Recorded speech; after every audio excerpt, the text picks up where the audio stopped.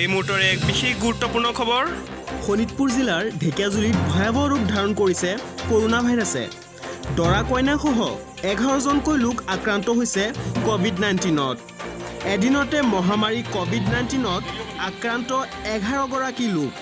ঢেকিয়াজুলিৰ মনজুলিৰ 4 নং ৱাৰ্ডৰ ৰতন দাস নামৰ লোকজনৰ দেহত 15 জুলাই তাৰিখে কৰোনা ভাইৰাছৰ অৱস্থিতি ধৰা পৰাৰ পিছতে কালি 11গৰাকী লোকৰ দেহত ধৰা পৰে কৰোনা ভাইৰাছ।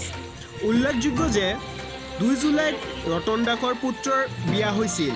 বিয়াত 150 শতাধিক লোকে অংশগ্ৰহণ কৰিছিল। শুক্ৰবাৰে কোভিড-19 ৰোগ ধৰা পৰা 11গৰাকী লোকৰ ভিতৰত 10গৰাকীয়েই ৰতন দাসৰ আত্মীয়। প্ৰশাসনে ইতিমধ্যেই কোভিড-19 পজিটিভ ৰতন দাসৰ বাসগৃহৰ চৌপাশ কণ্টেইনমেণ্ট জোন হিচাপে ফলক আঁৰি ৰাইজৰ প্ৰৱেশ নিষিদ্ধ কৰিছে। ইতিমধ্যে শতাধিক লোকৰ স্বাব টেষ্ট কৰা হৈছে বুলি জনাইছে স্থানীয় ৰাইজে। ঢেকিয়াজুলিত লকডাউনৰ পোষকতা কৰিছে স্থানীয় ৰাইজে।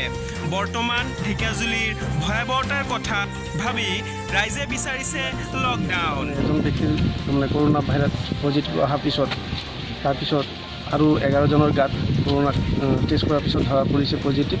আৰু এইটোতো এটা ঢেকিয়াজুলি 4 নম্বৰৰ পৰা গোটেই ঢেকিয়াজুলি গণ সংগ্ৰামৰ দিশে আগবাঢ়িছে বুলি আমি ধাৰণা কৰিছোঁ। আৰু প্ৰশাসনক আমি জনাব বিচাৰিছোঁ যে ঢেকিয়াজুলিখন লকডাউন হোৱাটো আমি বিচাৰিছোঁ।